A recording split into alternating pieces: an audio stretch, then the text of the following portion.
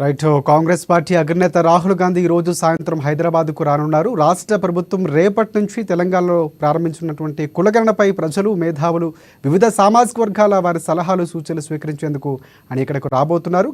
పూర్తిగా దానికి సంబంధించినటువంటి ఏర్పాట్లు కూడా జరిగాయి. పీసీసీ ఆధ్వర్యంలో బోయినపల్లిలోని గాంధీ ఐడియాలజీ సెంటర్లో నిర్వహిస్తున్నటువంటి మీటింగ్లో రాహుల్ పాల్గొంటారు.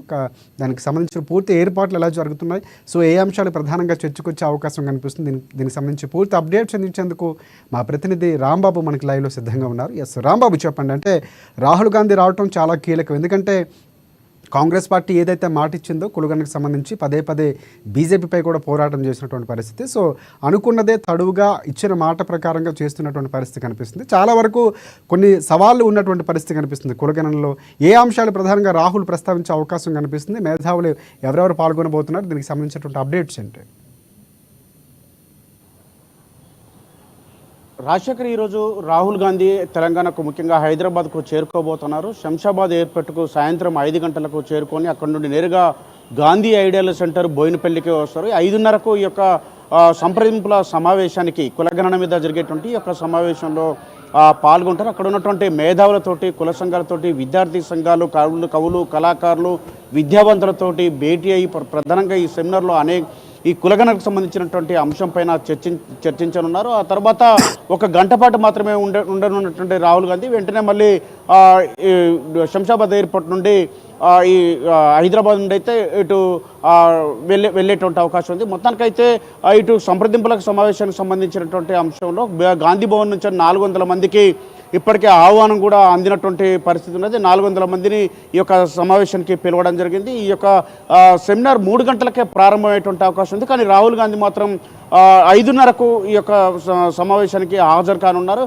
ముఖ్యంగా ఇటు కులగణనకు సంబంధించినటువంటి అంశంలో రాష్ట్ర ప్రభుత్వం ఒక క్లారిటీగా ముందుకెళ్తా ఉన్నది. దేశంలో కూడా ఈ యొక్క కులగణనకు సంబంధించినటువంటి అంశం పైన వివిధ సంఘాలు, బీసీ సంఘాల నేతలు కానీ లేకపోతే బీసీలు గత కొన్నేళ్ల నుండి పెద్ద ఎత్తున ఆందోళన చేస్తున్నారు. మరొకవైపు ఎస్సీ ఎస్టీలకు సంబంధించినటువంటి ఇక కులగణనకు సంబంధించినటువంటి అంశం పైన కూడా ఏళ్ల తరబడి ఎప్పుడో చేసినటువంటి కులగణన మీదే ఆధారపడి ఇంకా ఈ ప్రభుత్వాలు ఈ యొక్క సంక్షేమ పథకాలు కానీ లేకపోతే ఎస్సీలకు సంబంధించినటువంటి వెనకబడితనం కానీ బీసీలకు సంబంధించినటువంటి వెనకబడితనం వీటన్నిటిపైన కూడా అధ్యయనం చేసేందుకైతే దీనిపైన ఇప్పటికే కమిటీలను వేసినటువంటి రాష్ట్ర సర్కార్ ఇప్పుడు దీనిపైన ఇప్పటికే బీసీ కమిషన్ తోటి ఇటు బీసీ కమిషన్ చైర్మన్ నిరంజన్ తోటి కూడా ఇటు అధ్యయనం చేసేందుకైతే రాష్ట్ర వ్యాప్తంగా వివిధ జిల్లాలు పర్యటించినటువంటి పరిస్థితి ఉన్నది. ఈ యొక్క బీసీలకు సంబంధించినటువంటి స్థానిక సంస్థల్లో రిజర్వేషన్లకు సంబంధించినటువంటి అంశం పైన అధ్యయనానికి బాధ్యతలు అప్పగించిన నేపథ్యంలో ఆర్ కృష్ణయ్య దీనిపైన కోర్టుకు వెళ్ళినటువంటి పరిస్థితి ఉన్నది. ఈ నేపథ్యంలోనే హైకోర్టు కూడా ఒక తీర్పుని ఇవ్వడంతో ఈ యొక్క బీసీ కమిషన్ కాకుండా ప్రత్యేక డెడికేటెడ్ కమిషన్ కూడా ఏర్పాటు చేయాలని చెప్పి సూచించిన నేపథ్యంలో రాష్ట్ర ప్రభుత్వం వెంటనే డెడికేటెడ్ కమిషన్ ఏర్పాటు చేసింది. భూసాని వెంకటేశ్వరరావుని దీనికి డెడికేటెడ్ కమిషన్ చైర్మన్గా కూడా నియమించినటువంటి పరిస్థితి. మొత్తానికైతే రాష్ట్రంలో ఈ కులగణనకు సంబంధించినటువంటి అంశం పైన రాష్ట్ర ప్రభుత్వం అయితే ఒక సమగ్ర విధానంతో ముందుకెళ్తా ఉన్నది. కుల, ఆర్థిక, సామాజిక, విద్యా, ఉపాధి రంగాలకు సంబంధించినటువంటి అనేక అంశాలకు సంబంధించినటువంటి ఈ యొక్క కులగణనలో వీటన్నిటి వివరాలు సేకరించేటువంటి అవకాశం ఉన్నది.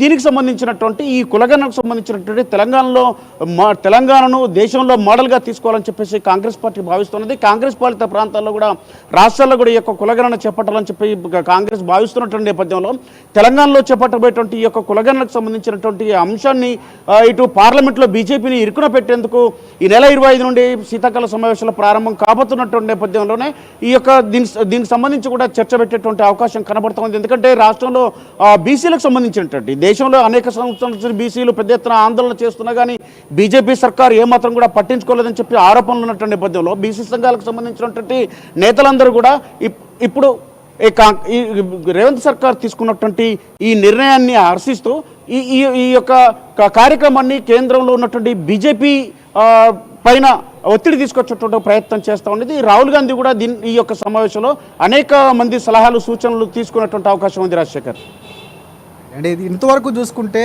అంటే ఏ రాష్ట్రంలో కానీ పర్ఫెక్ట్గా ఇంతమంది ఓసీ